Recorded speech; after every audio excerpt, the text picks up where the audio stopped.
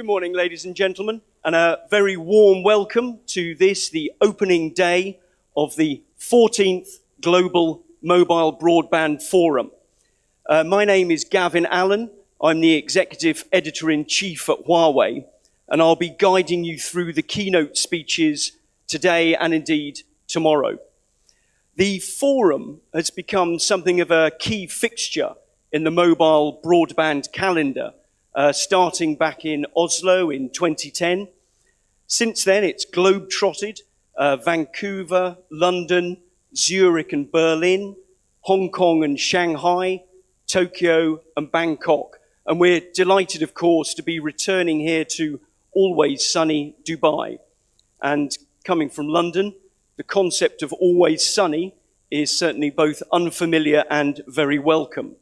The forum has been, in fact, something that I think is, it's very key, obviously, to what we're doing. And I think that whole point of being in Dubai and being surrounded by distinguished guests, operators, the industry partners, also members of the media, regulators, and indeed analysts. So I think that that is what the forum really is all about. It is a platform to bring together ICT leaders along with the wider global mobile ecosystem to discuss technological developments and innovations and to cast ahead to what I'm sure we all hope is a very bright future for the wireless industry, including, in fact, the forum theme, bringing 5.5G into reality. So to kick us off, let us introduce two suitably heavyweight guests and familiar faces, I'm sure familiar to you all, who have been deeply engaged in the telecommunications field and this forum for many years. They each have an expert understanding of the vision and the value of this industry. And although they can't physically be here with us today, I'm delighted that they nevertheless are joining this discussion from Shenzhen and London respectively in order to share their insights into how 5G integrated innovation builds a digital world. So can I ask you to give a very warm round of applause for the rotating and acting chairman of Huawei, Ken Hu, and the Director General of the GSMA, Mats Granryd. Good morning, Ken, and hi, Mats. How are you both? Hi, good morning. Absolutely fine. And Ken, I'm sure as one of the key hosts, you probably want to say your own welcome to the guests that we have here today. Yes, thank you, Gavin. Good morning, everyone. Welcome back to the Mobile Broadband Forum. It has been 14 years since we hosted the first Mobile Broadband Forum together with GSMA in Oslo, Norway. So thank you very much for joining us again. And this is the second Mobile Broadband Forum we host in Dubai. And as always, I'm sure it's going to be a great opportunity for us to get together, to share the experience, exchange the ideas, and to discuss how we're going to move industry forward better and better. And thank you, Matt. Great to see you here. And thank you so much for joining me in this real-time conversation virtually. So thank you very much. And also thank to the technology that we are all working on. Yeah, thank you very much, Ken. It is my pleasure, my extreme pleasure to be here with you, albeit virtually. Thank you, Ken, and thank you, Huawei, for the kind invitation to be part of this prestigious and very important event, the Global Mobile Broadband Forum. After 14 years, it has truly shown the power of getting together to discuss current issues, opportunities, challenges that our industry is facing. And now we're moving into sort of a 5G world which is established and moving into 5.5G. I think it's more important than ever to have these discussions. So thank you very much for having us part of this. Well, thank you for coming along, Mats, and thank you, Ken. Just a quick reminder to people here in the audience that the simultaneous interpretation headset is available should you need it. But let's get into the discussion proper, and we'll start with you, Ken. I referred earlier to our forum theme of bringing 5.5G into reality, and we will come to that. But before we look ahead, should we just look at how we got to the present point? It's been 4 years since 5G's commercial launch. How do you think it's been developing so far? Gavin, this is a great question. I always believe that looking back to the history will give us lots of implications on how we're going to better move forward. So I think in the past 4 years, we have achieved lots of progress. Now we have more than 260 5G networks in the world, covering nearly half of the world's population. And it's clear that the adoption of 5G is much faster than 4G. And now we have around 1.5 billion 5G users in the world. This is really amazing. And consumers really like 5G because of the super fast speed. Now they can enjoy various applications with 5G, particularly the video-based applications. And the DOU has been greatly increased by 3 to 5-fold. And as a result, the ARPU has been increased for 10 to 25% in average globally. So clearly, 5G has become a new growth engine for mobile operators. And I think the biggest difference for 5G is on the 2B side, because 5G, the capability of 5G gave our industry great opportunity to get access into the B2B model. So at the early stage of the 5G network deployment, many operators started to work with vertical industries to trial various solutions. And after 4 years, it's great to see that we have identified some key scenarios like remote control, positioning, machine vision, and video backhaul, where we can maximize the capability of 5G. At the same time, we also identify some industries like ports, mining, and manufacturing, where we can commercially scale up the 5G capability. So for me, on the 5G to B business, we are at a new stage from trial to commercial scalability. Lastly, about the technology. While we have more consumers, more networks, more industry trials, we have a better understanding on what consumer and industry needs. So we keep upgrading the technology with innovations like multi-antenna, ultra broadband, and I'm sure that you're going to have a chance to see all those technologies in Dubai this time. So we should be confident for what we have achieved in the past 4 years. And back to 2016, when we firstly trialed the 5G technology, we expected that the 5G will help us to change the world. I would say that today we started to see that. But I believe that we're still at the very beginning stage of this journey.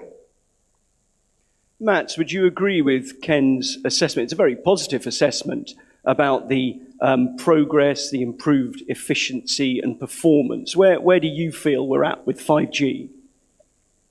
No, I completely agree. It's very difficult to have any other opinion. It took 12 years for 3G to reach 1 billion subscribers. 5G, which by the way is the second global common standard, it only took 3 years to reach that 1 billion.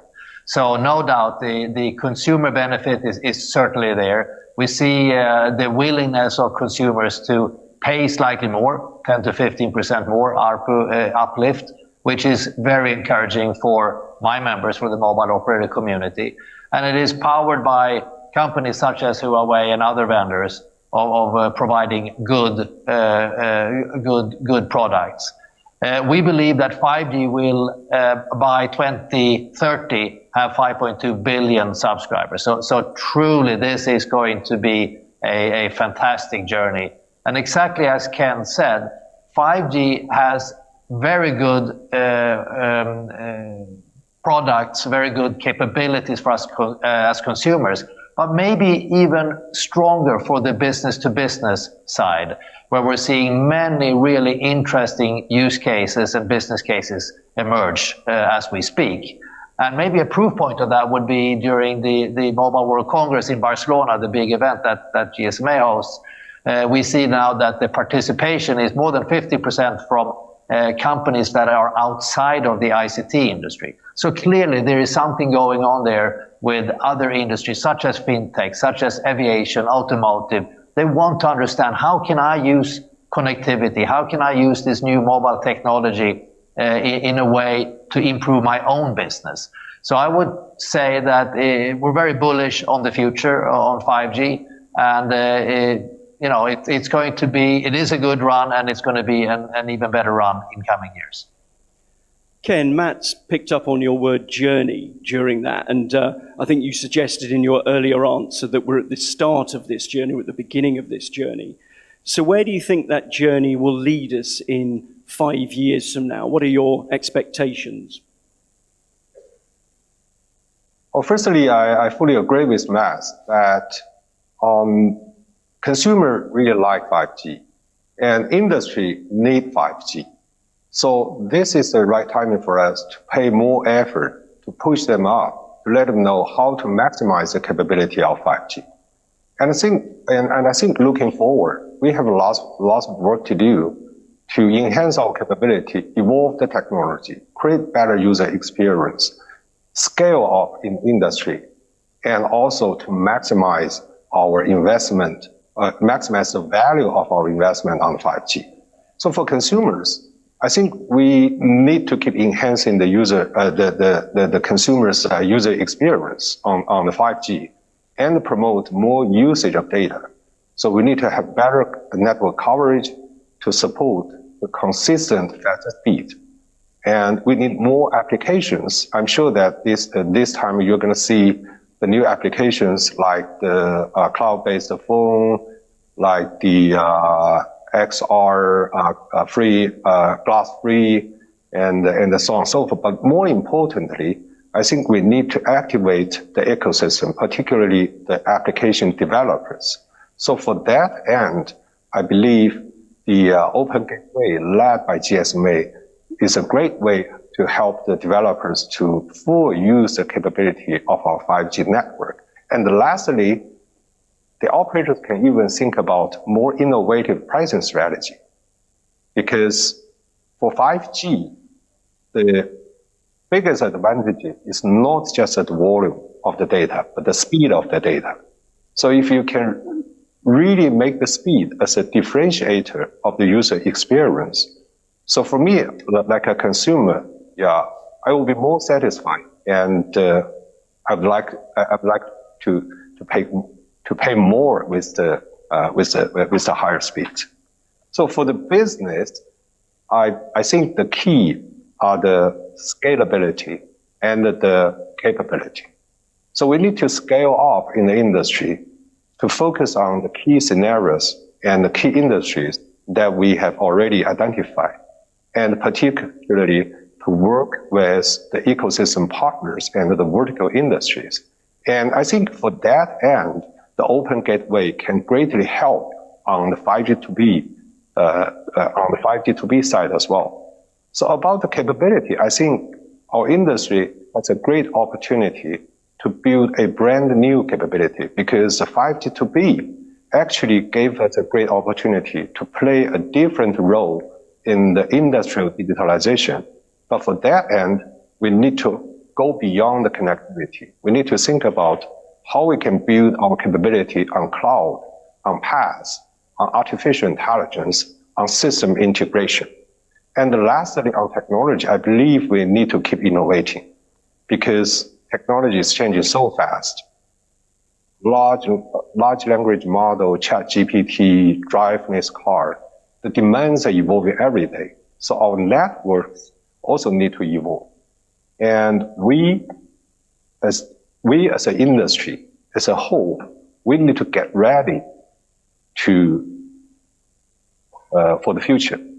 So I think that's why we are working so hard today on the 5G advanced technology, or the 5.5G. And I'm glad to see that so many operators in the world join this effort. And I believe that through all those joint efforts, we can really make 5G a changer of the world. Very good, thank you, Ken. And finally, let me turn back to you, Mats. We've heard there from Ken about the likelihood of new capabilities, certainly the need for new capabilities, new solutions, and scope to create new business value. The GSMA has, of course, played a critical role in pushing mobile industry development and expanding its social impact. So what do you think are the opportunities and indeed the challenges of future industry innovation? Well, I completely concur with what Ken said. I mean, the opportunities are plenty, but so are the challenges. So if we start with the opportunities, we, according to our research, by 2028, we will see a tripling of data consumption from me as a consumer and businesses. So that's fantastic news. We also know that 5G will add roughly $1 trillion to the global economy by 2030. So the opportunities are huge. We will see two things. One, on the consumer side, obviously what's going to happen, as Ken rightly said, speed and lower latency is something that we consumers are willing to pay for. But I would also think that companies, application developers, such as Uber, Airbnb, Spotify, and others enjoyed 4G will emerge as well. And we don't know who they are today, but that's going to be a really fascinating story to address me as a consumer in a better way. But lately, as Ken also said, the Open Gateway Initiative is a way for us to entice the business-to-business segment to really start to work with us. The Open Gateways is a way for app developers, hyperscalers, and others to come in and use our networks, use the capabilities of our networks, and create common APIs that we will be able to share across the whole operator community. You can sort of see this Open Gateway as a roaming, but API roaming. We did this 35 years ago when we roamed on 2G. Now we're going to do the same thing again, but we're going to roam on APIs. Very, very exciting. And we now have more than, or just shy of 240 mobile operators signed up. More than 60% of the world's subscribers are sort of part of this. My entire board is part of it, and it's quite a lot of engagement. We see that we just launched the 3 commercial first APIs a couple of weeks ago. Deutsche Telekom did that. So the momentum on that side is very, very good. If we then move on to the challenges, with this huge amount of data, we see that we will spend as mobile operators roughly $1.5 trillion from now to 2030 on, and 90% of that is to 5G. So just wait and take a second and reflect on $1.5 trillion. That is a lot of money. And we need to be innovative. We need to come up with new business models, and we need to drive this industry into a more profitable and sustainable situation. We are hopeful. We have launched in Europe something called Fair Share, where we are asking companies that are using a lot of bandwidth to contribute to financially or to reduce the bandwidth required to push through the content, for us to be able to build networks for the many, not only for the few. And that's still in works. This is only in Europe. We have discussions ongoing in other parts of the world. That's one example of us trying to make sure that this industry is healthy and sustainable. You might know that we were the first industry to commit to the 17 SDGs. I don't know if my pin here is shown, but it's the United Nations 17 Sustainable Development Goals. And, for us to continue to push the sustainable agenda, we need to have a healthy industry, and we need to understand how we can get money and then reinvest that into the industry for the benefit of society, us consumers and businesses alike. Thank you very much, Matt. And I think that's a very important note on which to close the discussion, that need to ensure that everyone, everywhere, can share and share sustainably in the benefits to be gained from connectivity.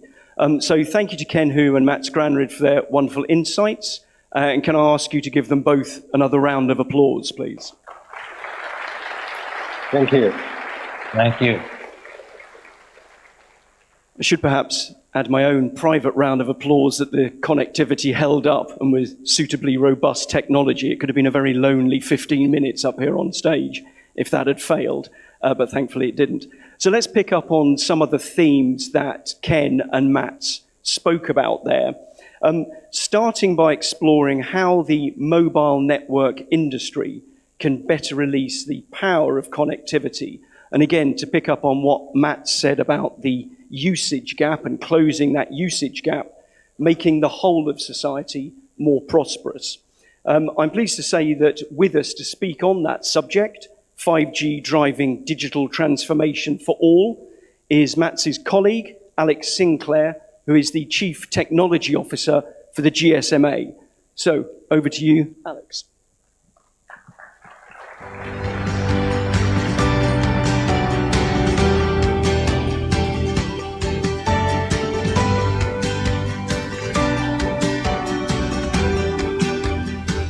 Morning, everyone. I hope you can hear me. A very warm welcome to you all. It's fantastic to be here in person once again at this latest edition of the Mobile Broadband Forum. Now, it's a pretty hard double act to follow, following Ken and Matt, but luckily they've actually set up quite a lot of the topics that I'm going to be discussing. Because we really are living in the midst of the biggest technological revolution that the world has seen in quite some time. We had steam that propelled the first industrial revolution, electricity powered the second, automation and machinery engineered the third, and then connectivity and computing are now shaping the fourth. It was only 50 years ago the first mobile phone call was made. I was 12, by the way.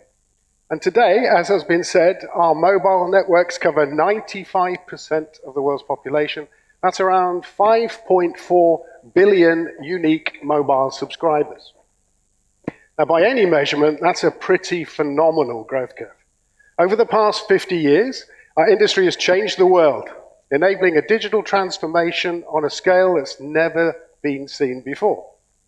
Now, as 5G gathers pace globally, and we look towards artificial intelligence and Web 3.0, as they become the new trends to watch, we're in the midst of that revolution I spoke about.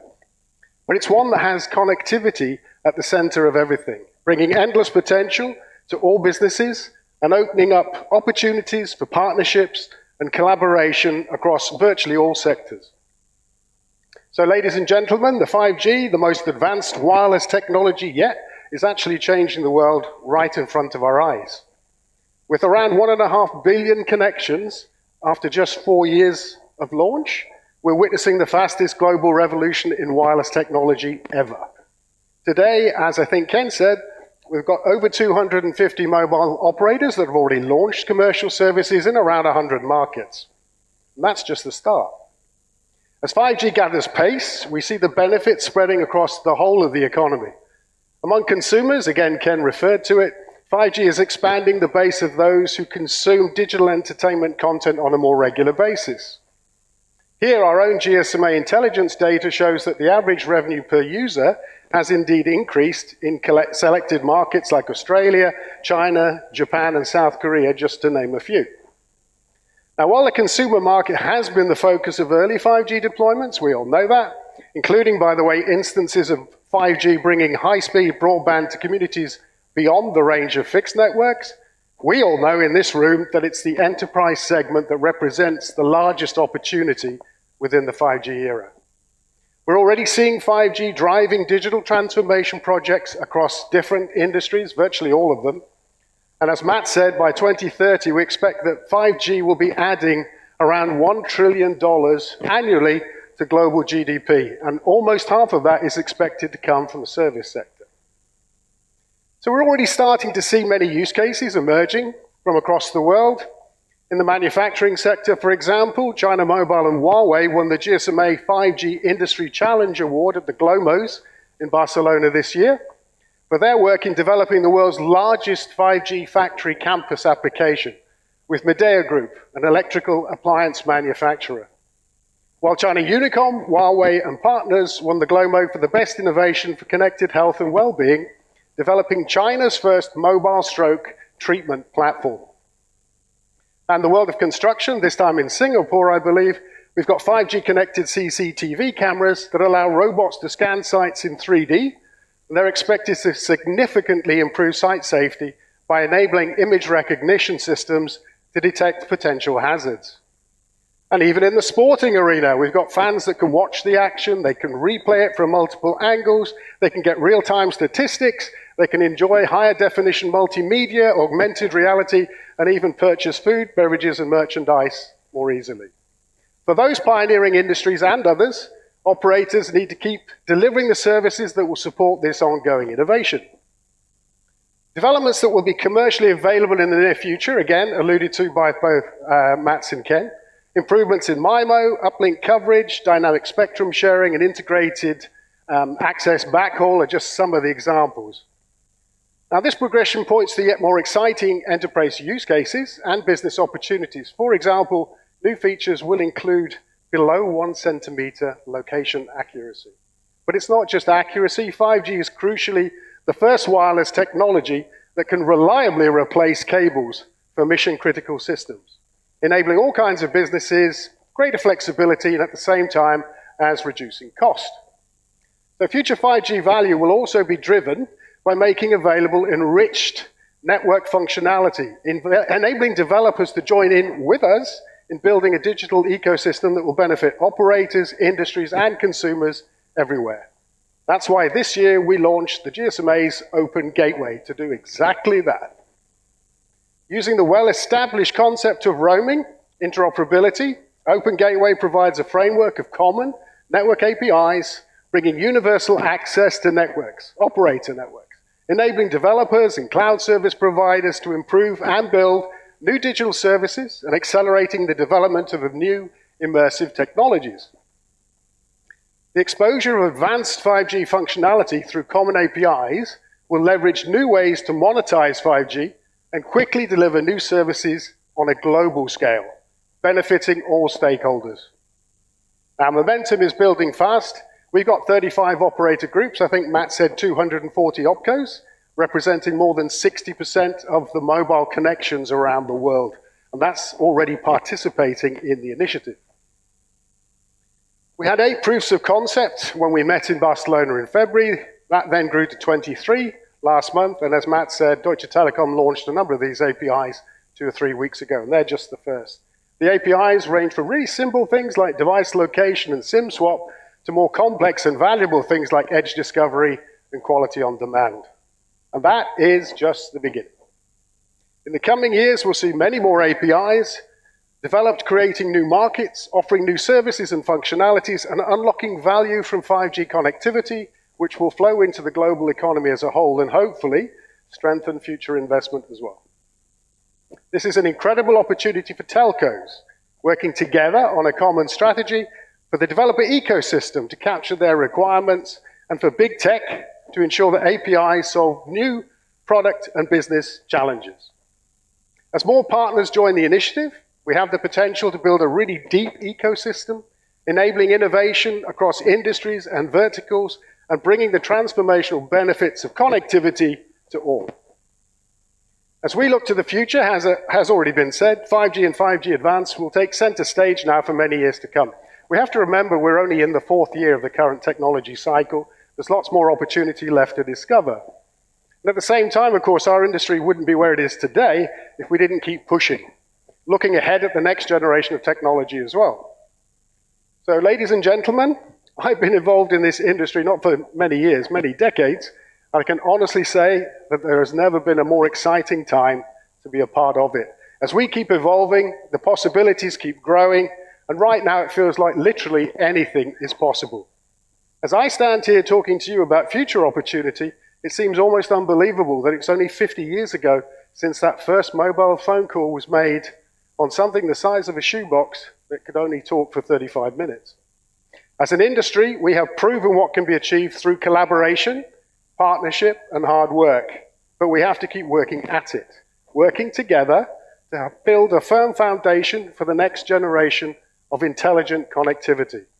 This Mobile Broadband Forum offers the opportunity to do just that. So I wish you all a very successful event and look forward to seeing all of you to continue the conversation in Barcelona in February. Thank you very much.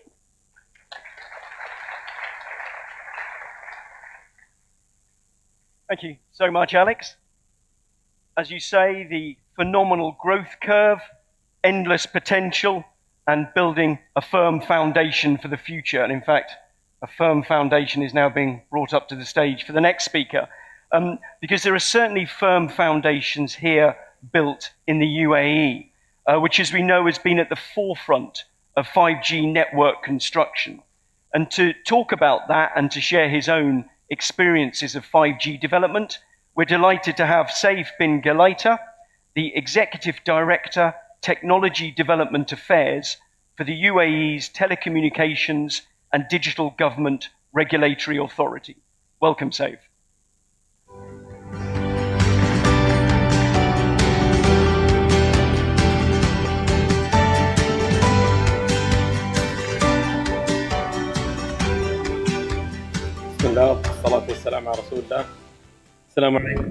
Peace be with all of you.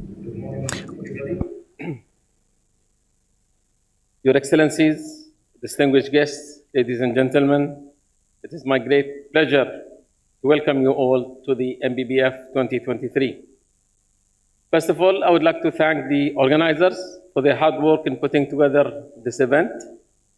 A great deal of thought and effort has gone into creating a program that is both informative and engaging. I'm also delighted to see many familiar faces here today.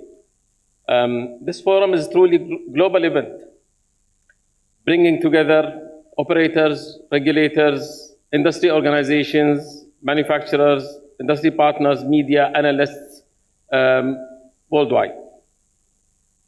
This year's forum comes when the telecommunication is undergoing a rapid change and transformation. The deployment of 5G networks is well underway, and we are already starting to see new and innovative 5G applications and use cases emerging. Worldwide, as said, there are more than 260 operators, networks that have launched with more than 1.5 billion users. 5.5G or 5G Advanced is the next generation of mobile broadband and is expected to offer significant performance improvements. It will enable higher speeds, lower latency, and greater capacity, supporting the development of new and exciting applications and use cases, such as augmented reality, virtual reality, and the Internet of Things. We are also witnessing new business directions, such as fixed wireless access, RedCap, 10G networks, 10G society, and many more. Regulators, industries, and operators will embrace the next phase of 5G advanced network construction and deployment to unleash the wireless network's value of the future. UAE has built the first 5G network in the MENA region and launched that commercially in 2019. The development of 5G in the UAE has been remarkable, and the 5G network signals cover more than 93% of the population. It has facilitated the digitization of various industries and served to realize the country's vision. TDRA has published a white paper on the industrial application of 5G mobile networks in the UAE while participating in GITEX Global 2022. This white paper serves as a guide that outlines the visions and the objectives of adopting 5G and beyond mobile technologies. It touches on the rules and laws and the use cases and the role of 5G networks in developing work environments, industries, businesses, technology, intellectual property, and sustainability. I am proud that the UAE is at the forefront of 5G and 5.5G development. In 2021, we hosted your esteemed forum under the theme Wireless Industry Trends. And this year, we are united by a vision to bring 5.5G to reality. As in our previous meeting, this event today confirms the shared commitment to supporting the development and deployment of 5G networks and 5G advanced technology. In addition, we in the UAE have recently announced the success of phase 2 of 5G advanced trials project. The project demonstrated that 5G speeds can be increased by 10 times using the 6 gigahertz frequency range. This significant achievement puts the UAE in a leading position in adopting 5.5G technology. Ladies and gentlemen, today we are on the verge of the annual JATEX exhibition, one of the most and critical events in the field of ICT. The UAE is also hosting the World Radio Communication Conference, WRC 23, which will be held from the 20th of November to the 15th of December. As you know, this is a very important event in the telecommunication industry, as it will determine the future the future use of the spectrum. I'm confident that the 4,000 plus attendees and delegates who will represent their countries of the world at this conference will succeed in reaching decisions that will help us all realize to modernize the radio communications regulations and will be able to secure spectrum to deploy 5G and 5G networks. This year, the UAE is also hosting COP28 Climate Summit. As you know, there's a strong link between digital transformation and environment safety. 5G and 5G advanced technologies can help to reduce our carbon footprint and create more sustainable future through the use of such 5G-enabled technology, such as 5G-enabled smart grid, 5G-enabled intelligent transportation systems, 5G-enabled smart buildings, and many more such cases. Holding these major conferences and exhibitions, including your honorable gathering in the UAE at this particular time, confirms the significance and the importance of that the UAE places these trends at the top of its priorities. The advancements of mobile technology in the UAE are playing a key role in helping our country achieve its vision for 2031. As part of the UAE 2031 vision, UAE will continuously deepen network technology innovation, accelerate the development of 5G advanced technologies, promote the maturity-related products and industries, and accelerate the large-scale implementation of applications.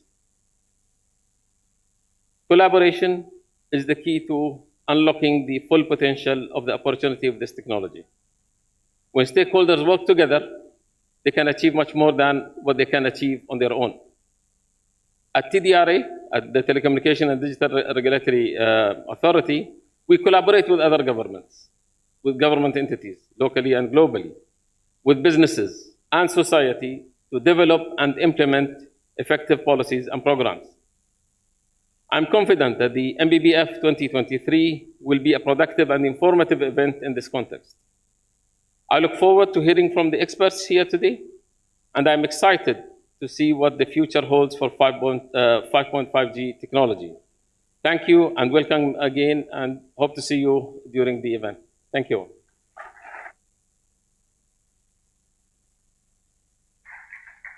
Many thanks, Saif. And as you say, it's striking what the UAE has already been able to achieve in this space.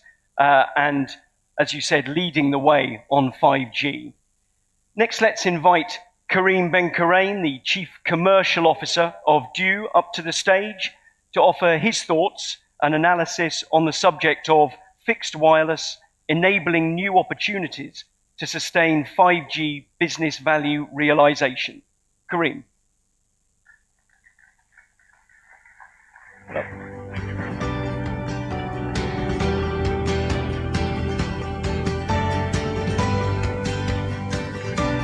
Good morning, everyone. Ladies and gentlemen, I'm really pleased to share the DUI experience and, of course, challenges and how DUI is enabling innovation, leading the 5G advanced technology. 1/3 of our time in the household is spent inside the home. So the demand on the 5G advanced technology is increasing. So we want to see more 3D devices inside the home. We also want to see better experience when it comes to the 8K HD experience.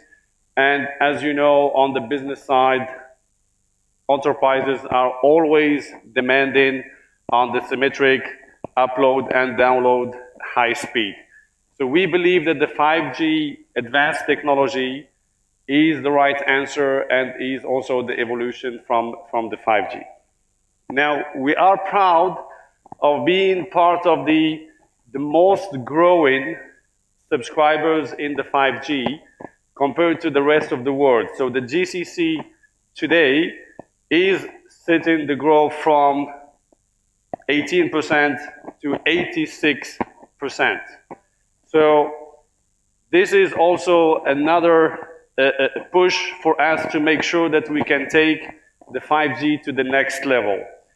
So we believe, and as per Ericsson, there are already 300 million FWA connected today worldwide. So there is also a projection that the FWA traffic is going to represent 30% of the total mobile traffic by 2028.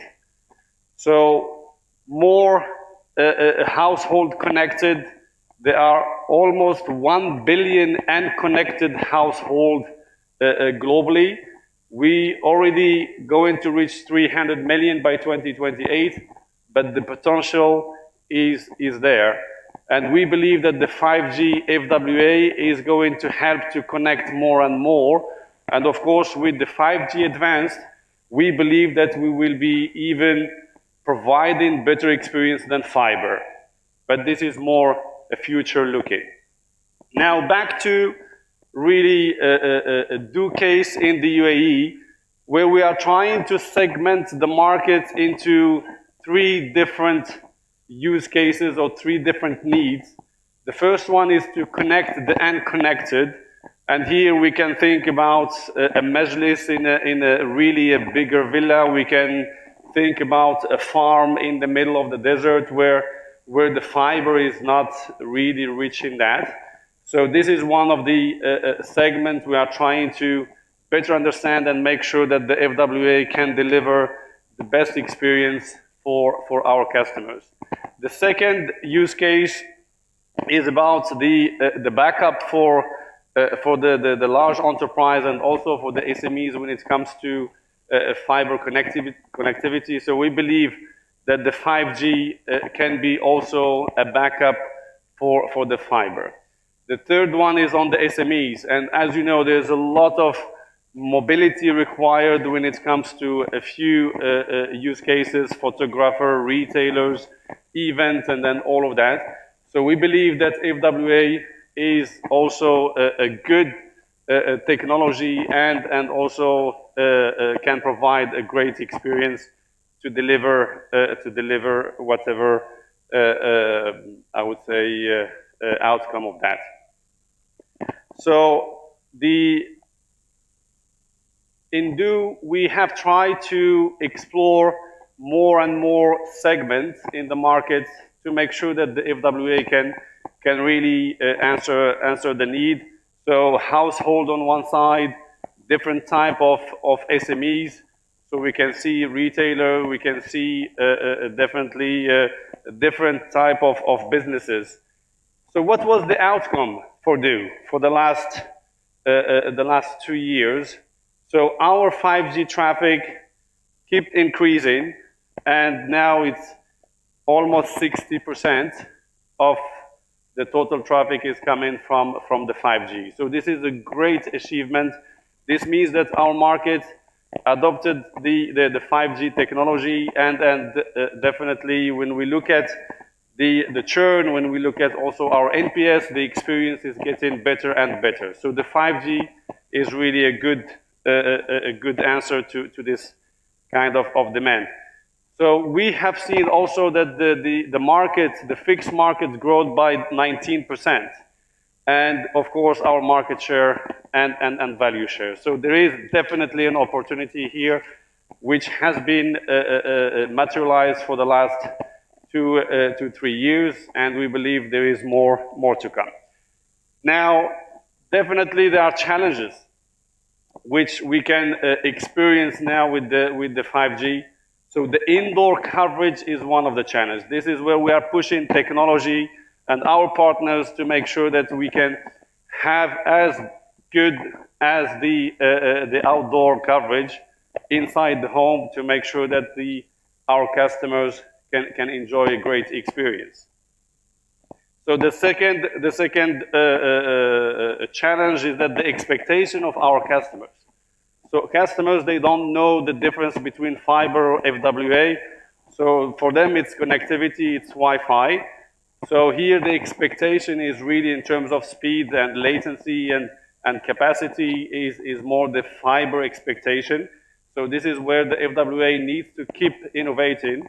And this is where we believe the 5G Advanced will deliver this promise. The third one is the capacity. So how the telcos in general will try to segregate between mobile traffic, FWA traffic, IoT traffic. So it's definitely scalable, but at the same time we need to make sure that we are capable to segregate the different type of traffic and provide the best experience. So we believe the answer is the 5G advanced technology. This is going to provide definitely higher speed and better experience. As I said, on the enterprise side, so the 5G Advanced can deliver the symmetric with the high-speed upload and download. And as we grow and as we innovate, we believe that there will be also a decrease on the cost of the CPEs. We all remember that the 5G CPE 2 years ago was costing $1,000. Today we are talking about $100 per CPE. So also the adoption of this type of devices will help us to increase the traffic and provide better and better experience. And this will also help to facilitate the growth of the SMEs market in the UAE. So we are seeing that the number of SMEs is even doubling for the last 2 years. And by providing this type of experience and this product and proposition based on the FWA, so we will help them to really grow and also connect as fast as possible. So we designed the home of the future. It's 15 minutes from here, where we, in the Jumeirah Island, we have in a partnership with Huawei. So we have a villa fully equipped with the 5G Advanced. So you can visit us and you will see the home of the future, 3D screens, and a lot of use cases which will give you an idea about how the home of the future looks like. So we have also a car equipped with the 5G Advanced, and you will see that we can get into the 10 gig type of speed while the mobility of the car is running. So we invite you all to come and visit us and see how this technology will really provide a great experience to our customers, and this definitely going to change the lifestyle and make the life of our customer much better. Thank you very much.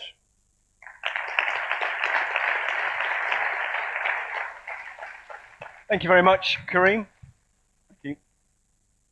Setting out the challenges there, but also I think the opportunities to really sustain, build, and realize real business value. Next up, as a leading global operator, Vodafone has obviously a depth of expertise and experience in 5G network construction and application. So to shine a light on some of the company's thinking in both those areas, we can hear now from Vodafone Italia's Chief Network Officer and Head of Group Mobile Access Engineering, Marco Zangani. Now, Marco can't be with us today, but he has kindly sent in his presentation in advance about building Europe's pioneer network to accelerate 5G business monetization. So let's hear from Marco.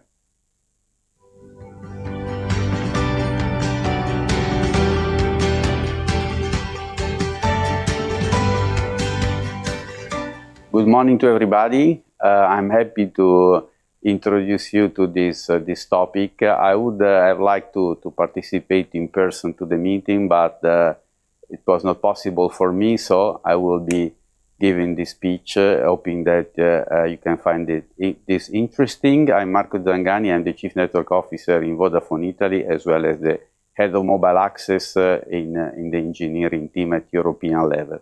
I will be talking about 5G monetization, which is a quite relevant topic nowadays. So first, let me introduce what we have done so far in Vodafone. I think we can define that a leadership story as far as 5G is concerned.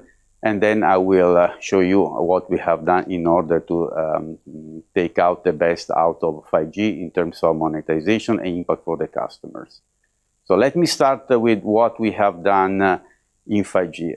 We started, I think, in 2018 materially, where we started with the large-scale trials. I think we have been leading in several countries, but the most relevant example is in Milan, where we developed 41 use cases. Then 2019 was the time of the auctions, after which in 2019 we have been able to launch in several markets. We have been the first in the major markets like UK, Italy, Germany, and Spain. Then at the same time we have been able to launch also 5G roaming. So it was the willingness in our company to provide the best experience to our customers also when they were abroad. Then we developed the technology in a way that we wanted to lead in terms of performance, but also in terms of innovation. And in fact, in 2021, we have been the first to launch the standalone service in Germany. Then we have moved on with other relevant projects and milestones like the mobile private network. We have been the first to launch the hybrid mobile private network in 2022.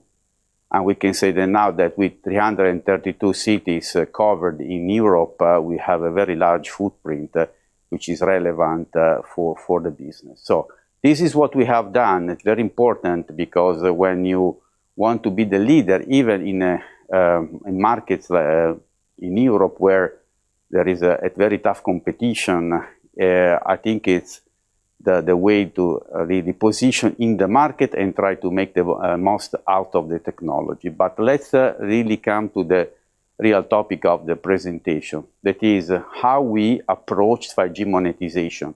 I call it a focused, a pragmatical approach, in the sense that we didn't really start with a massive deployment, let's say, covering all the countries, because it was not possible given the high level of competition and the need to focus investment. But what we have done is really to focus on the customer needs. So I'm giving you 3 examples, the most relevant in terms of how the 5G is material for the customers, hence monetization can come out of that. First is fixed wireless access, which is really using the power of 5G to provide fiber-like fixed services. And this is mainly for rural and suburban areas, but sometimes also in urban areas for specific use cases. We have launched in several markets, namely Italy, Spain, and Germany, both the indoor and the outdoor solution, with good satisfaction from the customers and a very, very material potential to intercept and to get additional revenues for the company. And this is quite clear. I mean, no need to explain more than that. Then let's move to the more, let's say, usual and traditional mobile scenarios and use cases. So I think here we see 5G and namely Massive MIMO in the high band, so the C band, as the key to improve the customer experience. And we see several angles that really can be seen as monetization.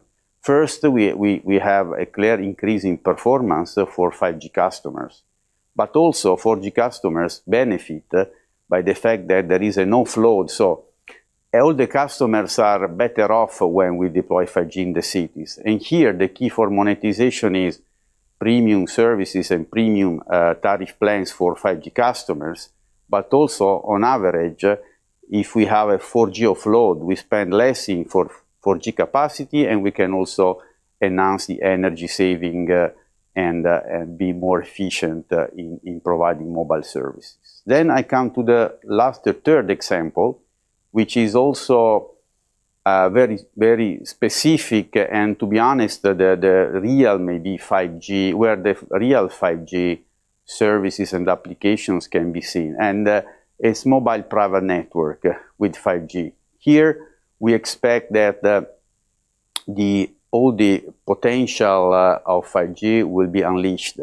So if you think about use cases like automation in ports, in factories, but also in campus and industrial areas, as well as hospital and healthcare, you can see that all the promise of 5G, so high capacity, low latency, and basically reliability, can be brought to bear in order to provide very soon these kind of applications and services that enhance the productivity of companies. So it's a win-win, because deployment, the 5G solutions can be deployed in a controlled area with also focused investment. And the companies, the customers can deploy their applications, they can integrate with their own systems in order to enhance their productivity, their processes. And we have been leading in several markets. As you can see in the chart, we have already deployed, or we are in the deployment phase of several projects in the 4 areas that you can see here. So this is very promising. We can implement all the 5G ecosystem without starting with massive investments to cover all the territory, which is something that will come in the future, but not immediately, given the need really to focus investments when the return is higher and not to invest too much upfront. This is due to the pressure that we see in the industry in Europe. And basically, those are the 3 pillars that really sustain 5G monetization nowadays. But clearly, we have started to work on the next steps. And next steps is what I call a multi-service network. If you think about mobile networks, the key for their success is its economies of scale, volumes. So you build a large network covering the whole territory, and you bring a lot of traffic because efficiency scales up properly when traffic and customer increase. So basically, the expectation is that we will be deploying the 5G network countrywide in many bands with a standalone core behind that, and then we will be able, through slicing and through the implementation of the new features like the ultra reliable low latency and massive machine type communication, when they will be fully deployed, we expect that the physical infrastructure will present to the customer several logical networks through slicing. So all the needs of customers, initially it will be like business to business. So enterprise customers, but eventually it could be B2B2C, so it will go directly to the end customers. They really will see different networks for the applications that will be material for them. So the key is applications material for the customers, so value that can be extracted, and overall a win-win situation for the ecosystem, including the operators. So I hope you have found that interesting, and I thank you very much for your attendance. Many thanks. Our thanks, albeit from afar, to Vodafone Italia's Marco Zangani. And as he said, we've seen how fast the progress of 5G has been in bringing business monetization. But as Marco's saying, it can go still further, still faster. So next, welcome up to the stage Bruce Lam, the CEO Consumer of Hong Kong Telecommunications, with his keynote speech, Unleashing the Power of 5.5G and Accelerating the Future of the O2O Ecosystem. Bruce.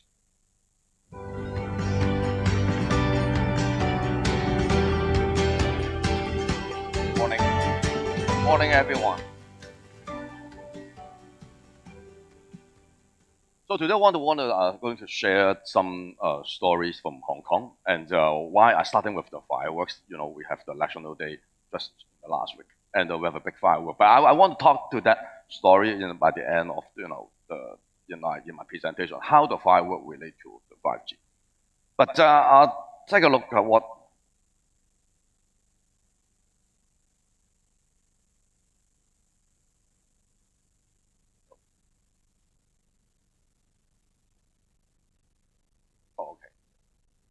Okay, so talking about 5G, we are one of the first country in the world launching the 5G, and we are also set our vision that we said will be I hope we will be the world-class 5G city. But how are we going to prepare that in the last 3 years? So right now the 5G coverage is already 99%, not only including in the town, and also in all those in the villages, the rural area, all we covered it in also. We have almost 100%.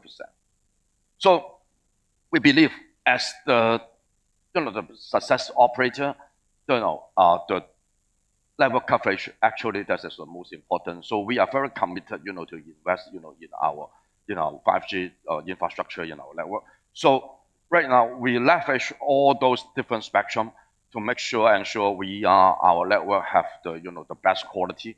And the consumer side, we have a lot of study and learn from the market that I think all know that. So the customer, the first choice when they select the 5G operator must be the network quality. So that is very important. That's why we are very committed, and no matter in indoor, in outdoor, we are doing for that. And one of the key advantage, because we not only have a mobile operator, we are also, very strong, in the broadband fixed line. So right on our fiber backhaul, we are coverage in all those cell sites already, we're almost 99% of our 5G cell site is covered by the fiber. So right now, that's why we can provide, very good level coverage.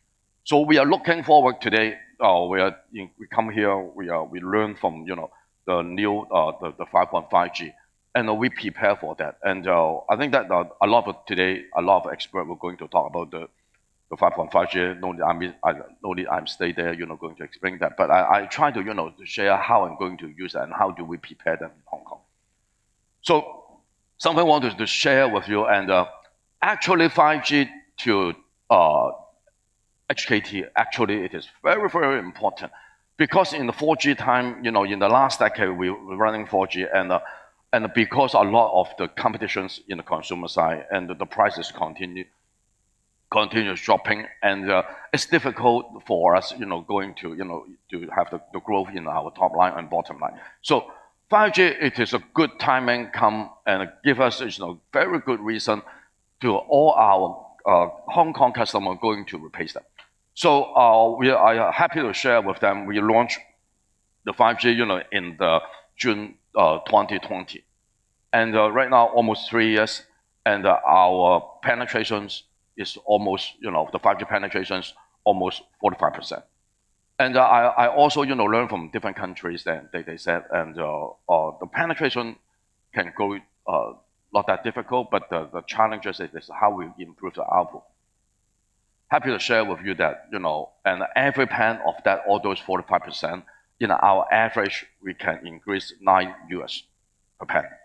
So I think that it is important, and why, in the beginning of the presentation, can also mention 5G can bring in the high output. I think that is the story, that's true, and we can share.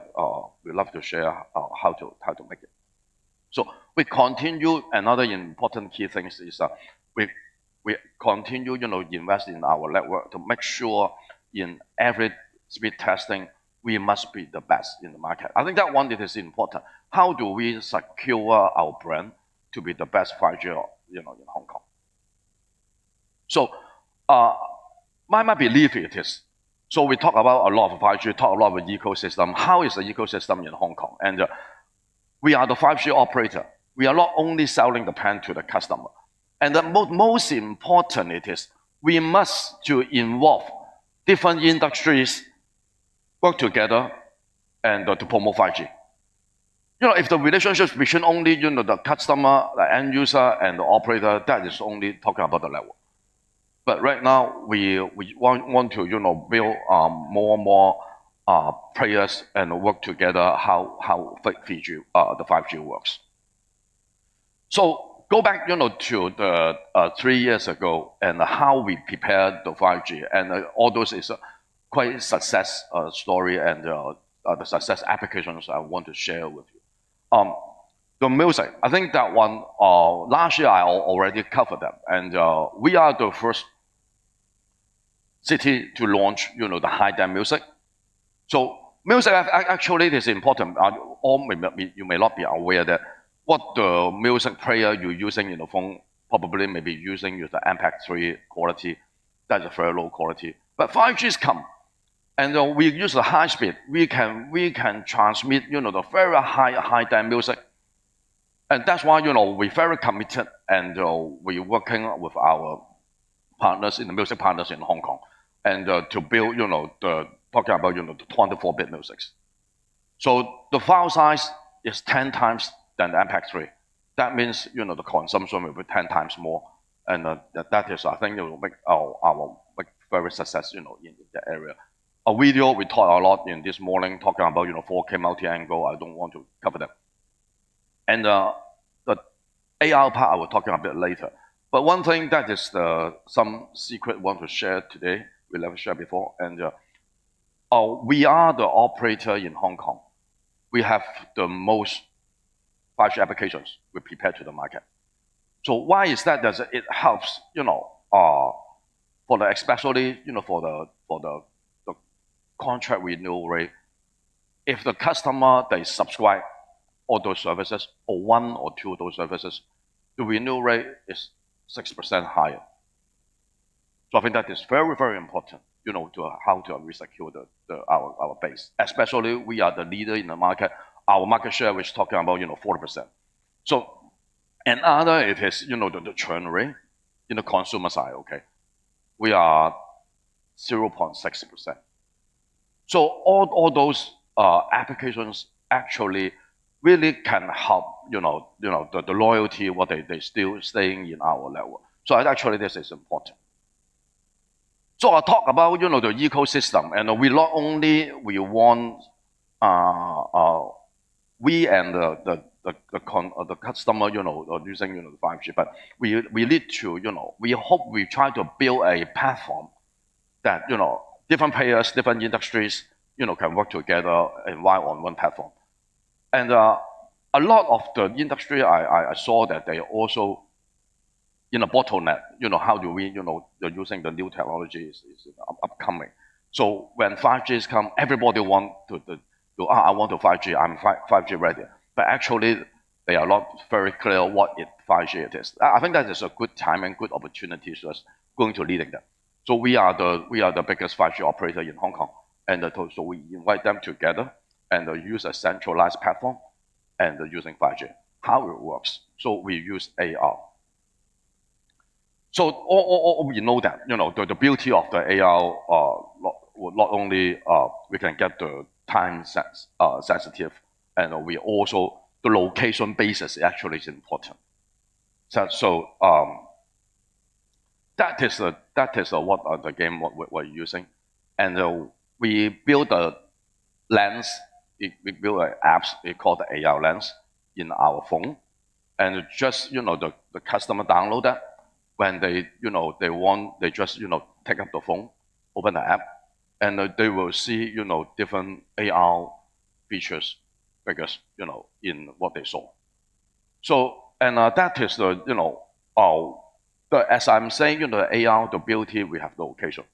So that means every customer, they saw the pictures in the lens is different. And we know what is the location and the distance. We can drive. And when, you know, in the past, you know, when you try to search something, you know, in the internet, you just search. But right now, you know, to search, you take up the phone, you will check in what direction, how far it is, you can get the best offer. So you can imagine that, you know, a lot of our players and the merchants and love to, you know, to join together, and that is the beginning of the ecosystem. So that is the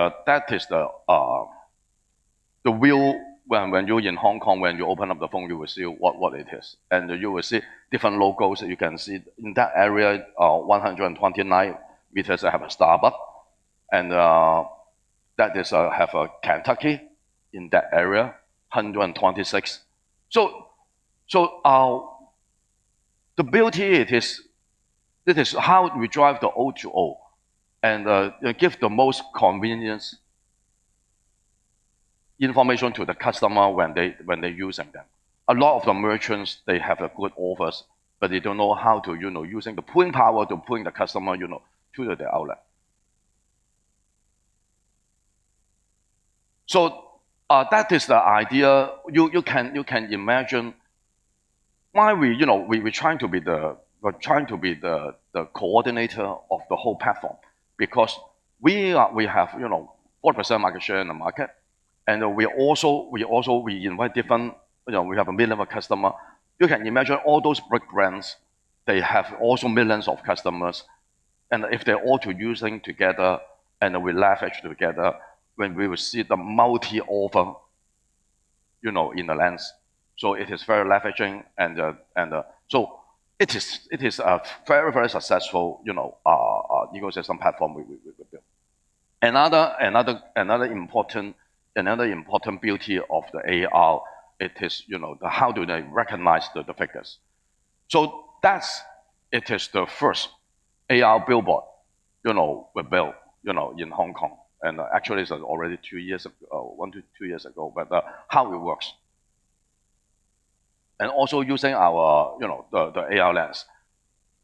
So same, you know, they take up the phone and we already recognize that billboard. And you know, the billboard, every time you post it, you know, you cannot change the content in 1 month. It is very expensive, you know, you have exchanged them. But right now, if you use an AR, you can change the contents anytime. You can make the offers, you know, anytime, many times a day. So that is the first billboard we are working on. So it is, you know, because of such kind of the technology, the 5G technology, we know the locations and how we know who the customer they are. They download the apps. We already, you know, get, you know, more information about, you know, their behaviors, and easily for us going to give target. We are going to target it and how to make offer. So this is the beauty of the app. Not only by that, because we are the quadruple payer operator in Hong Kong. So we rely on our mobile, the mobile base, and to benefit, you know, to our broadband, pay TV, and our fixed line as well. So you can imagine if we use such kind of platform, we already try to position we are to be the media agency. Because, you know, we are operator, we get used to sending the SMS to the customer or using the Facebook. But right now, we can write on the lens. And also, we have the, you know, the adjustable TV as well. So we have the content, you know, and we know the customer better. And plus the billboard. So we create a new platform, help the whole market, you know, have new things going to, you know, promote the product. That is all the ecosystem what we build. We have hundreds of partners and merchants together. So as I'm saying, as an ecosystem, it's only 3 parties. That is multiple parties. So every of them have the hundred thousands, millions of customers. So that we can leverage all together. Once you take up the lens and you will see different offers, I can bring it to the shop. So actually, that is the whole platforms as it is.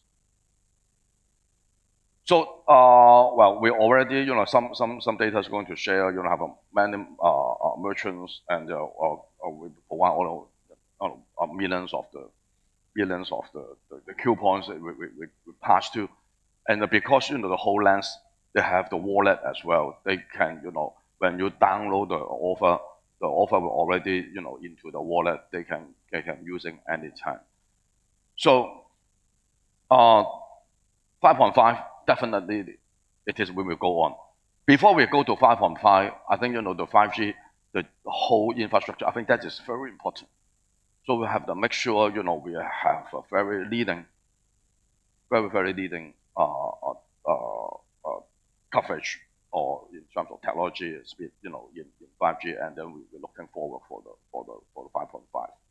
And definitely we'll go for them, because once I already have a good platform, it's easier for us, you know, to move on for the 5.5. That is the story I want to share by the end of my presentation. And just last week, October the 1st, that is our National Day. And in Hong Kong, as maybe you know about, Hong Kong is a harbor, and we are one of our very popular and favorite famous show. It is a fireworks. It is a fireworks, and because it is look very beautiful, you know, have the harbors, and you know, because of COVID time, Hong Kong already stopped the fireworks for last 5 years. So I take up, you know, from my corp, and take up one project. It is the government want us to be the sponsor of this year for the fireworks. I just have 4 weeks time, and everybody will be very expected, and because 5 years they didn't see the fireworks, and we want to rebuild, you know, the tourisms. So to invite the customer there, so the governments, the citizens, the international medias, you know, very expected for that fireworks. So we have I response for the whole fireworks, because we are the sponsor. We do for everything.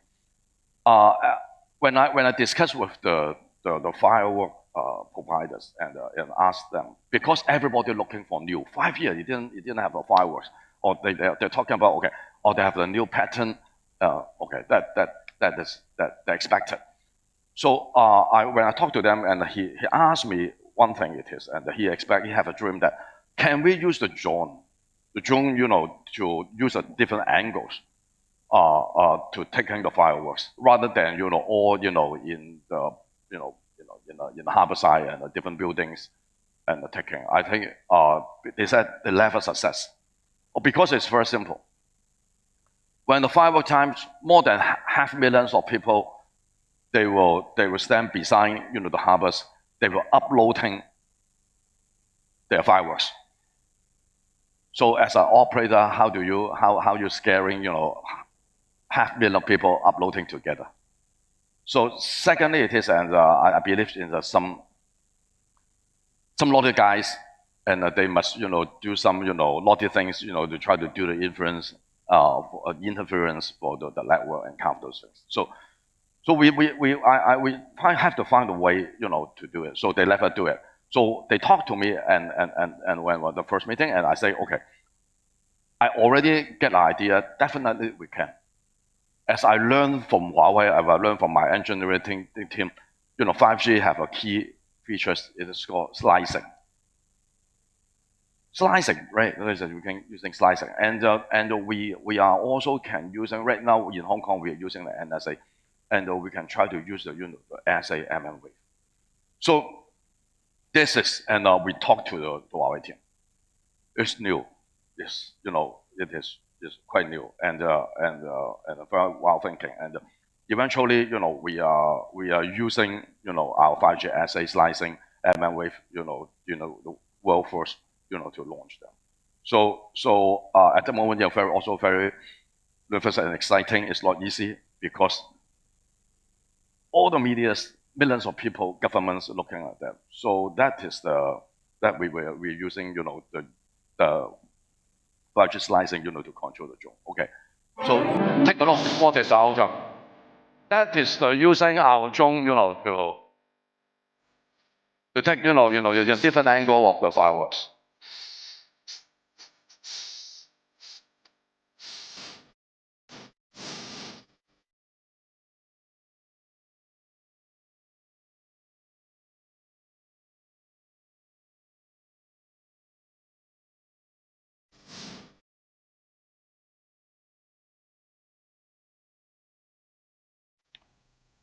That is thank you. That is a very, very success story in Hong Kong. You cannot believe, the whole city, no negative comments, everybody positive, everybody's happy, even the government, everybody's happy. So thanks, to our team, and we work together and make, we have a very, very exciting, happy cases in Hong Kong. Thank you very much.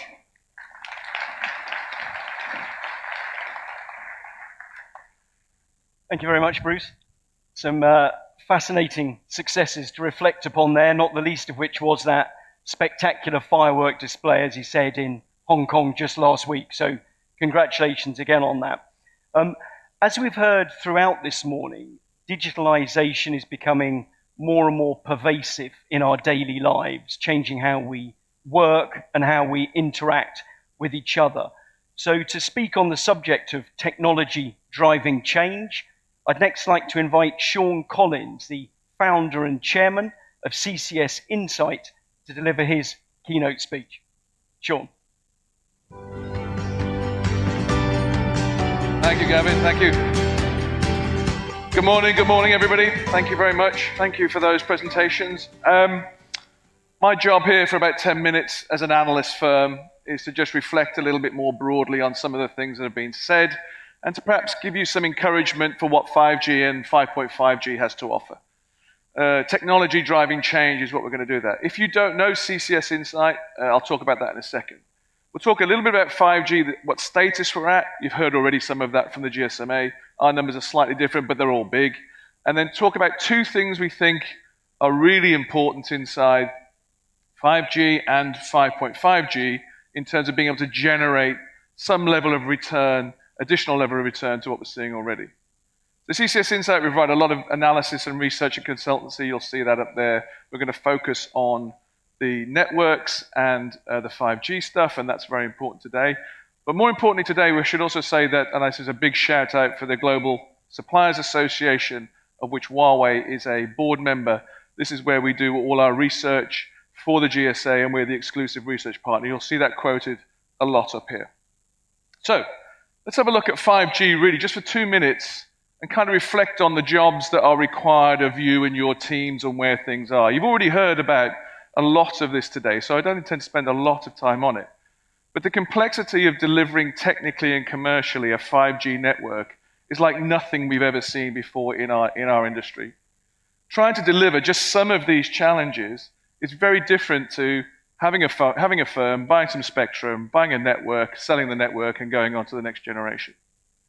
what you can see here is we're seeing generations of a technology emerge, and that's something that's very different about 5G.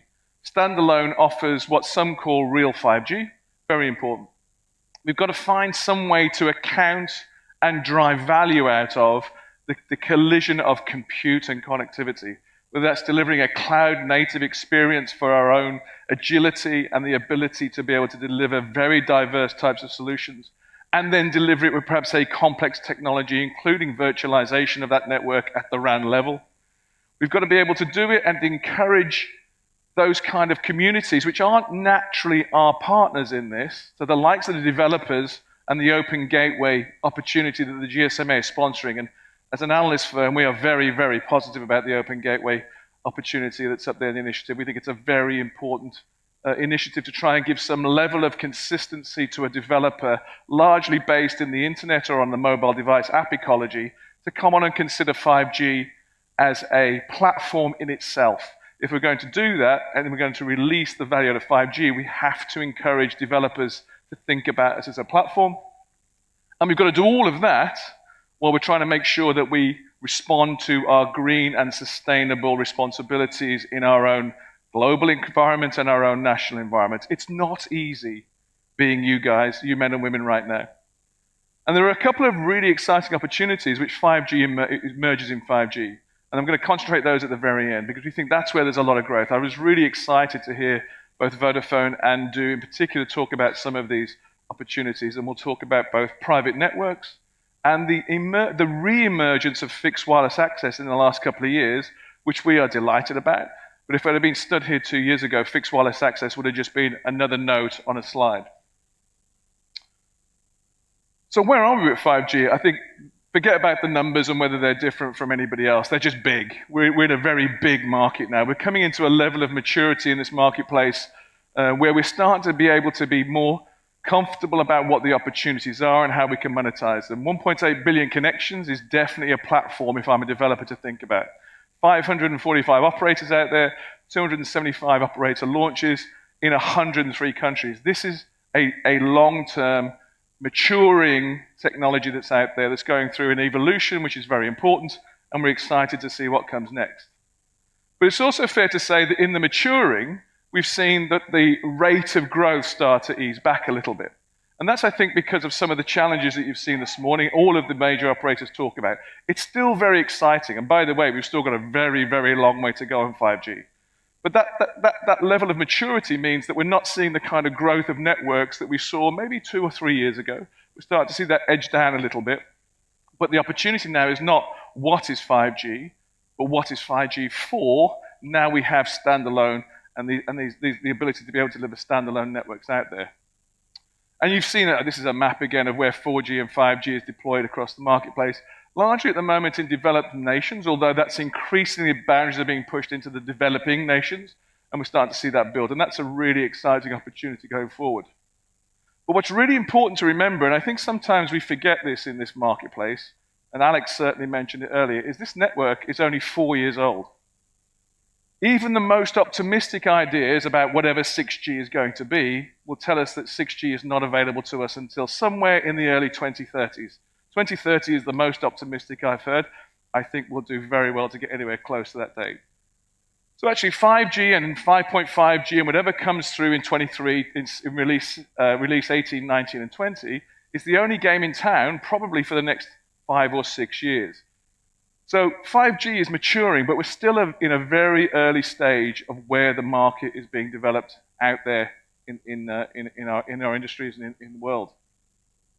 Very important to remember that, because when we look at the use cases that we'll talk about in some detail about 5G, we're still learning how to build those out. We're still building the partnerships that are required in 5G to make those things happen and to release that value.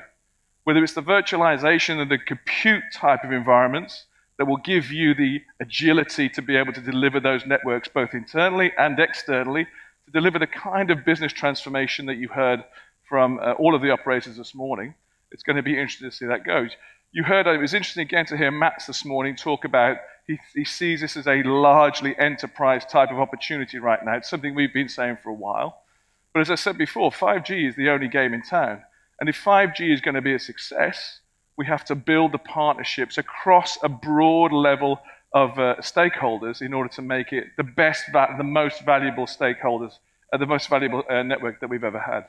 Whether that's business to business, business to the home, which is that new frontier that's growing up for most operators. And again, you heard Du talk about this, inside the home, competing for almost fiber to the room, or a fiber experience to the room, broadband experience to the room, or of course, business to the consumer. So let's think about two opportunities which are widely known and put some numbers on some of those opportunities that we're seeing around the world in 5G. Let's think about private mobile networks and private networks more generally. And Vodafone and Du both talked about this in some detail as being a very important part of how they see their market going. And it's probably the market where this partnership, where 5G becomes this team game, is most exciting for the opportunity of value generation in the research that we're doing right now. In the early markets of 5G, as we're starting to see these private mobile networks being delivered on 5G, it's interesting to see some of the sectors that we are told in our research are most important. We've had private mobile networks around for a long time. There's a lot of, as you can see, there's a great many 4G networks out there. In fact, there's probably approaching now nearly 5,000 private network deployments around the world. So these aren't new. What's new is the ability within our networks to be able to give them a quality of service, a level of latency, and of course throughput and capacity, which offers even more accessibility and development for our customers to redevelop their own businesses. And you can see here, national public safety and rail. There's no surprise that that's at the top. Those are largely government or federal or even city-funded environments, which are probably the most exciting we've seen out there. There's two I'd point out in this list, which I think are really exciting. The first one is manufacturing and warehousing. Almost half of the deployment of private mobile networks in those environments now are 5G. It's by far and away the greatest in the terms of number of 5G deployments we're seeing out there. And we see that as being a very realistic and exciting part of where the 5G can offer the greatest value for those type of environments and those type of customers. But I would also, although it's at the bottom, call out healthcare. It's actually this is not a very good graph for showing this, but in the first quarter of this year, healthcare was one of the fastest growing of the private mobile network deployments that we saw around the world. And if I was to sum up where private mobile networks are when we do our research and we ask both operators and end users to talk to us about this, almost every operator we speak to says, we really are excited by this, but we're trying to find a way to industrialize it. We're trying to find a way to do it once and sell it 1,000 times. I'm often asked as an analyst, give me use cases where I, as an operator, can make money. Can you give me one? And I say to people, I can give you 150 where you'll make money in 150 of them. But I can't give you one that you can do 150 times yet. They don't really exist yet. We're still building into that development. And there's no question that that's because, although we're a maturing market in 5G, we're still very early on in some of these deployments in 5G and understanding where they live. 5G in a box doesn't really exist yet. There's one or two little plays at the side, but not really yet. So being able to deploy it at scale, drive the cost down, and be able to make money is a little while away yet. But don't forget, we've got 7 years at least of 5G to play with from now on. So these are really interesting in where we're seeing the world go. We're also starting to see, of course, emerge, unfortunately in some cases, but very, very aggressively, more dedicated infrastructure that moves away from the hybrid and public infrastructure that we've perhaps been used to in the more recent past, where operators themselves have been deeply involved and could only be involved in the deployment of those private mobile networks. You're seeing that either through the allocation of spectrum in some regions or through the ability of those industries to be able to go in and slice off what they're looking for separately. And when you look at some of those deployments and these numbers, you can see that, let's say in the last 18 months or so, that those dedicated networks are starting to grow fast. And there's no coincidence, of course, that comes at the point at which 5G standalone started to emerge commercially across the globe. But, and this is a very important but, the growth is still very good inside the dedicated and the hybrid ones that we're seeing around the world. So there's still a very vibrant in those 4,500, 4,800 type of environments that we're seeing deployed around the world. And we expect that to grow aggressively over the next 4 years. And we expect that to nearly double in the next 4 years in terms of deployments out there. So a very exciting part of what we see as the 5G revenue dividend that you'll start to see. And I think reflects what Ken and what Matt's talked about right at the start. The other one, I think, to finish off, and there are many others, by the way, it's just we only have 15 minutes to talk about them today, is fixed wireless access. If I'd have been stood on this stage 3 years ago, if COVID would have permitted it, I don't think fixed wireless would have been any more than a note on a slide. It was always there, it was always interesting, but it was always very complicated based on some of the technology that was available, some of the costs of the technology that was available, particularly CPEs, which again, Stu spoke about earlier. And I think the technology at low spectrum bands wasn't really available to us at that point in time. What seems to have happened in the last 2 years in our research is that fixed wireless access has grown and grown, and in the last 12 months, in terms of a reason for 5G monetization, has started to really accelerate into the marketplace. So what we can see is that if you look across the world, although there are still relatively few deployments of 5G in terms of fixed wireless access, they are by some distance the fastest growing part of the market in which we're in by revenue and by numbers in terms of the revenue that we're seeing. And as we go forward, we expect this marketplace over the next 3 years, and I think some of the numbers you've seen earlier from all of the operators who have been on here, we expect it to grow by nearly 5 times what it is today. And that's because it's become a very important part, post-COVID, with some of the technology that's deployed, and the ability to use the 5G spectrum much more efficiently, to being a very important part of the 5G tapestry of revenue. And that tapestry of revenue becomes even more valuable in this particular part of the market, as well as private mobile networks, in the next 2 years. So 5G has been busy. We've only been at it for 4 years. I think I've said it already, but it's the only game in town for the next 6 or 7 years. So it's going to be a lot busier than it is right now. Yes, I know that the market's maturing. Yes, I understand that there are some challenges around rolling the network out a little bit more aggressively, and that can be a challenge. But there are definitely 100% in our research areas for optimism and deployment, which will allow you as operators to make more money. I've called out 2, there are 1 or 2 others, but private mobile networks and fixed wireless access are 2 of the most exciting areas in what I think, as does Alex, one of the most exciting areas we work in right now. That's all I've got to say. Thank you very much. If you want to catch me, I'm around for the next 2 days, and I look forward to speaking to you then. Thank you very much. Thank you very much, Sean. Sean paints a pretty inspiring future, really, of the growth opportunities and sustainable development for wireless networks. And it's a future that occasionally seems to be hurtling towards us at ever greater speed.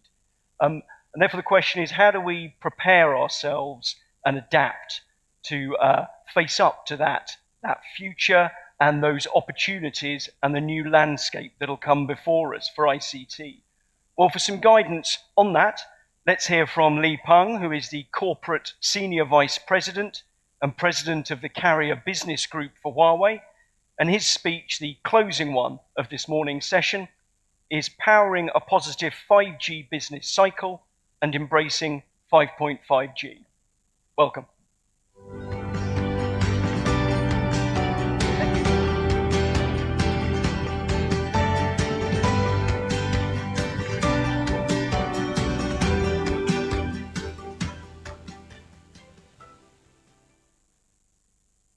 Good morning, everyone. Welcome to this year's Global Mobile Broadband Forum. First of all, I want to thank all of the speakers for your wonderful ideas on 5G development.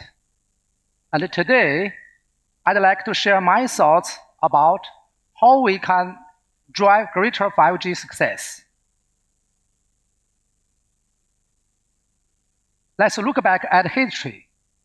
Every major economic transformation came from innovation in general purpose technology. The agriculture economy was enabled by water views, which allowed for large-scale irrigation.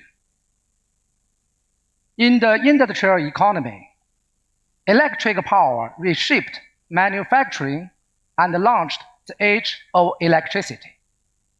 Now, we are in the digital age, where the internet is powering the digital economy. We know that 5G is a critical part of this new economic transformation. It enables new innovation in general purpose technology. For digital industries, 5G is developing fast, opening up new markets and opportunities. By the end of 2022, we reached over 1 billion 5G users. With 4G, it took us 8 years to reach 1 billion users. But with 5G, we did it in only 4 years. In traditional industries, 5G is driving digital transformation. Now, there are more than 18,000 5G-enabled digitalization projects worldwide, and the number is still growing.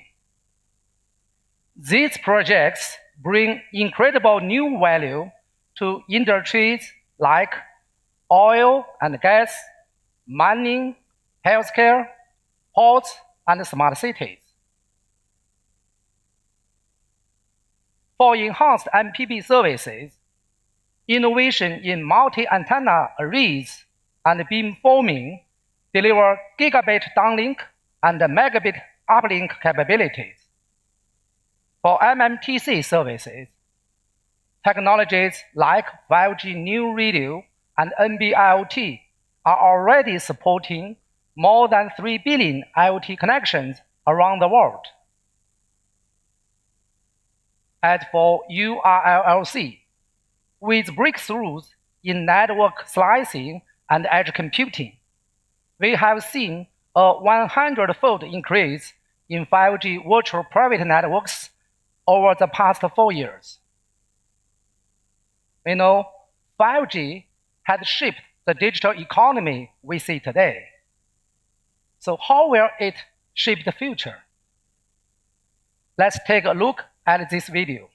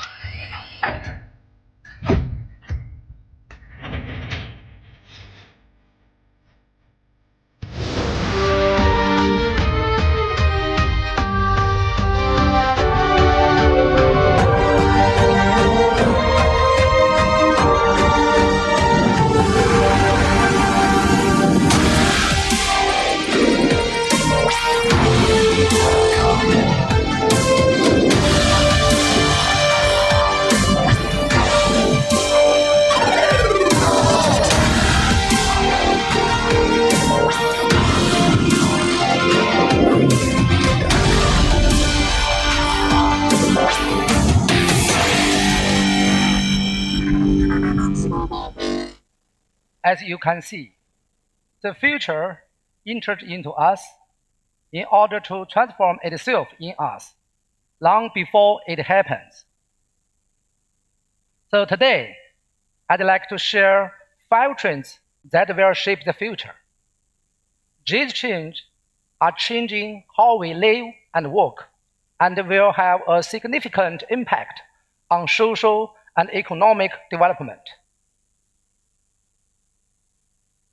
First of all, glasses-free 3D industry ecosystem is maturing fast. More and more mobile phones, tablets, PCs, and TVs now support it. This will drive data traffic up to 10 times and give rise to many new applications like 3D live streaming and virtual humans. For single viewpoint 3D, data consumption will double. For example, a 4K 3D movie will consume more than 50 gigabytes of data. Light field technology will support 96 different viewpoints for an optimal experience, no matter where you sit. For example, to stream an 8K 3D video, networks need to support peak speeds up to 10 gigabits per second. Another trend is smart vehicles. In 2022 alone, smart vehicles sales exceeded 70 million worldwide. By 2025, there will be more than 500 million smart vehicles on the road.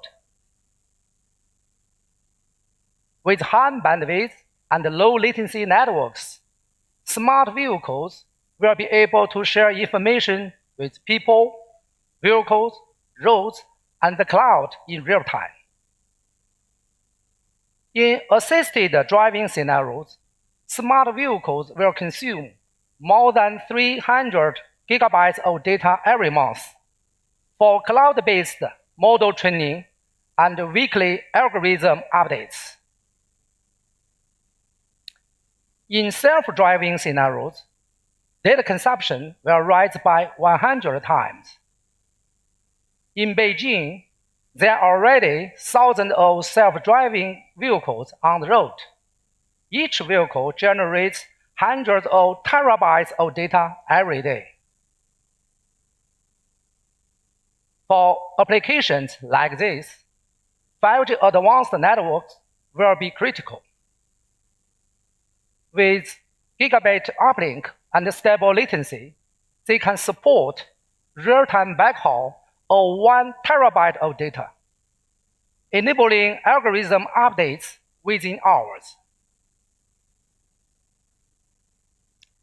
And we also see digital transformation speeding up in traditional industries like manufacturing.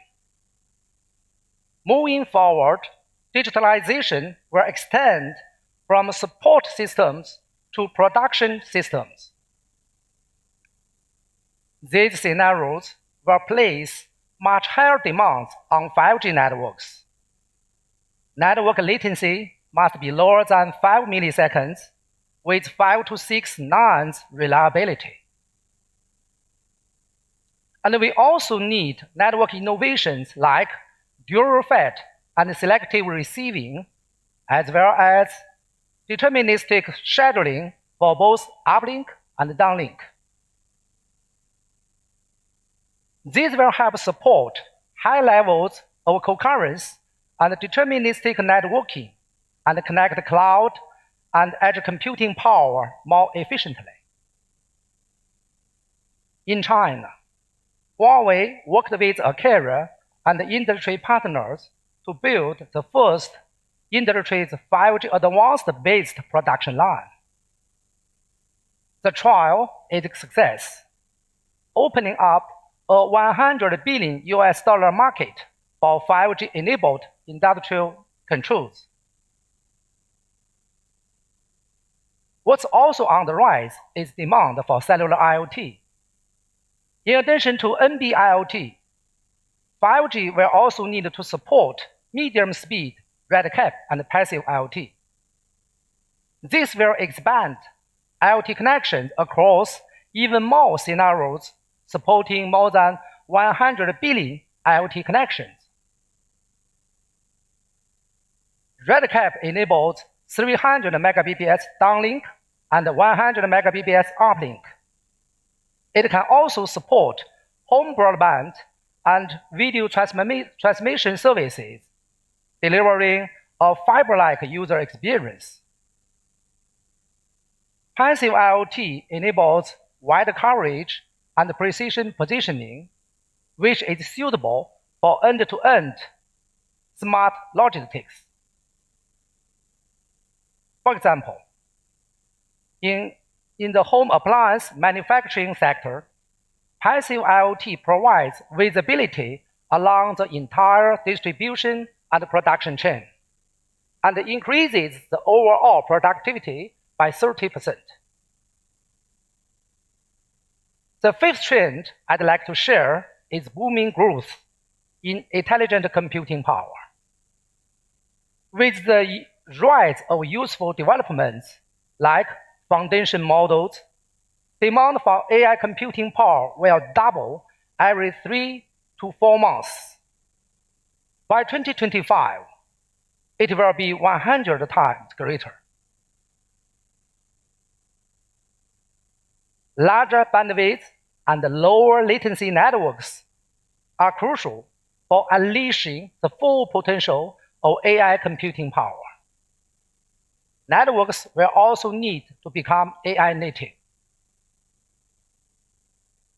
As traffic models begin to change, future networks will need to be more autonomous and intelligent to deliver a reliable experience.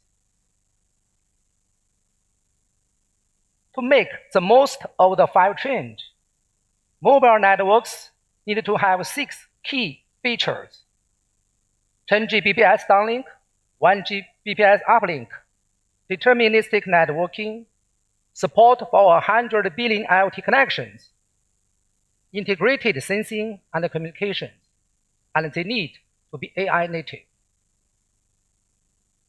Besides enhanced MBB, MMTC, and URLC, we still need another 3 network capabilities: uplink-centric broadband communication, real-time broadband communication, and harmonized communication and sensing. For all the reasons, 5G Advanced is the natural choice in 5G's evolution. The first 5G Advanced standard will be frozen soon. Carriers around the world are working hard with technology providers like Huawei to verify 5G Advanced networks. To date, we have achieved downlink rates of 10 Gbps based on extremely large antenna array technology. Verifications of next-generation technologies like 5G FWA2, passive IoT, and RedCap are also on the way. In terms of products, technology, and scenario-based applications, Huawei is ready for large-scale commercial deployment of 5G Advanced networks. Future services will be more immersive, intelligent, and real-time. Tomorrow's network should be more ubiquitous, autonomous, and integrated. To make this happen, we need to work more closely across the value chain to improve 5G network capabilities, drive device innovation, cultivate a rich application ecosystem, and do scenario-based verification. Let's start today. Build tomorrow's networks for future services. Unleash 5G's infinite potential for continuous success. Now, we are already on the right path towards 5G business success. As the saying goes, every arrival is the start of a new and greater journey. Let's work together to power a positive 5G business cycle and embrace 5.5G. Thank you.